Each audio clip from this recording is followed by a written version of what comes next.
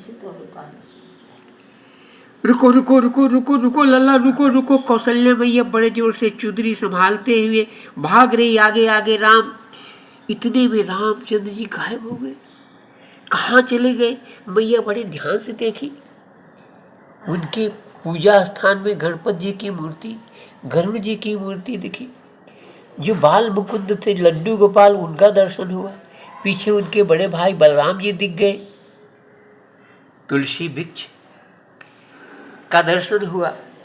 माँ कात्यायनी का दर्शन हुआ। बंसी बजाते हुए नटवर दिख गए।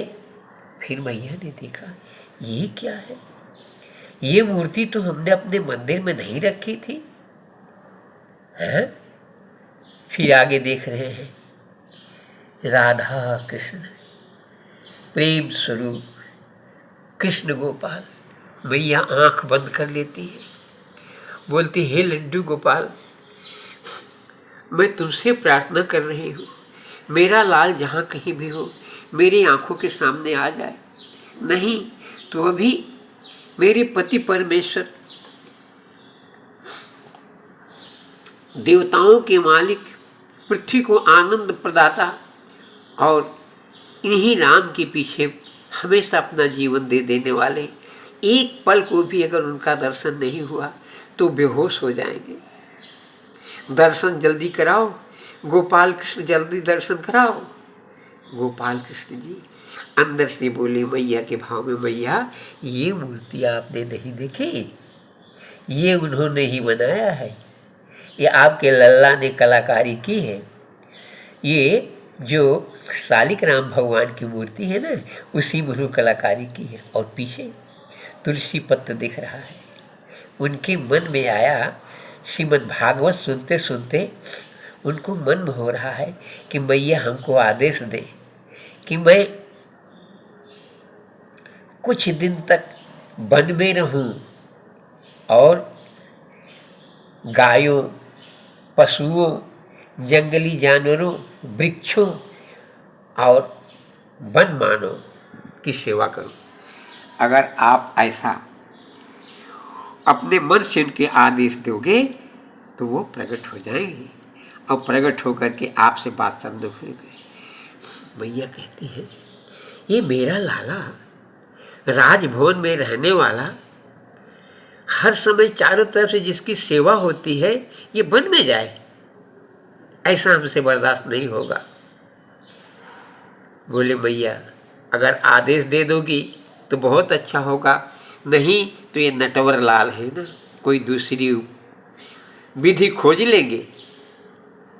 तीनों माताओं में से किसी को भी अपनी माता बना लेंगे और उनके पर पड़ जाएंगे और निश्चित ये वन में चले जाएंगे। हे माँ, आपसे हाथ जोड़कर कह रहा हूँ, आदेश कर दो, आदेश कर दो। कौशल्या मैया, बेटा ये हमसे नहीं हो सकता। मैं किसी भी हालत में ये राजसी वस्त्र, इतना सुंदर श्रृंगार करने वाला वन में जाए।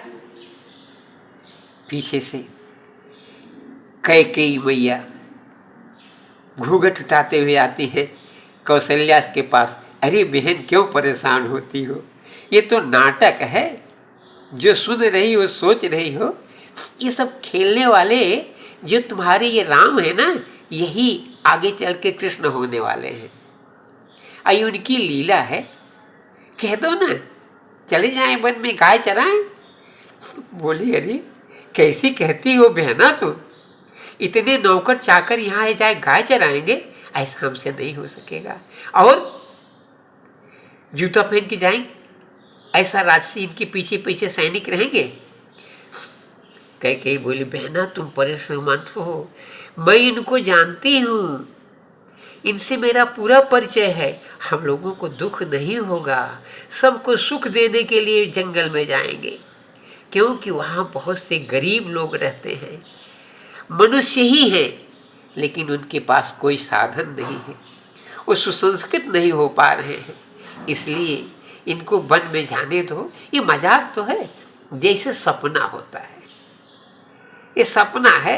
अगर तुम आदेश करो तो मैं कह दे कौशल्या बोली, भैया मैं तो नहीं, लेकिन सपने की बात है तो तुम जानो। अगर तुमको लगता है कि विश्वास ये फिर हमारे यहाँ राजा बनने आएंगे तो तुम जैसा चाहो वैसा कर दो। कैकेयी मैया ने आंख बंद किया और ध्यान में सपने में बाल गोपाल कृष्ण की सारी लीलाओं का दर्शन किया और श्रीमद वाल्मीकि जी से ही प्रार्थना करके कहा कि आप व्यास जी बन जाएंगे, श्रीमद् भागवत महापुराण लिखेंगे, तो ये छोटा लाला जो मेरा राम है ये नंदलाला बना करके आप दिखाएंगे। वाल्मीकि जी चुप रहते हैं।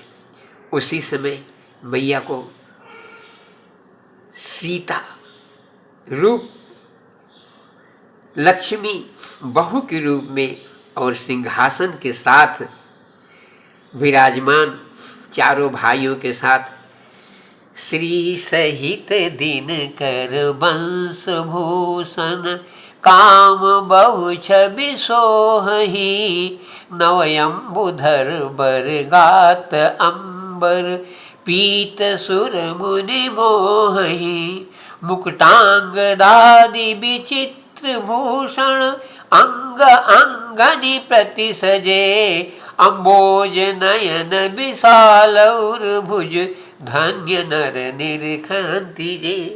मैया ने आंख बंद की और यह लीला समाप्त हुई और सब आनंद से भर गए। भगवान सबको हर जगह सुख देने वाले यही हैं जिनको विश्वनाथ भगवान कहा जाता है। सत्यनारायण भगवान भी यही हैं। इनकी लीला मनुष्य क्या देवता कोई भी नहीं समझ सकता, यही परमेश्वर की लीला है।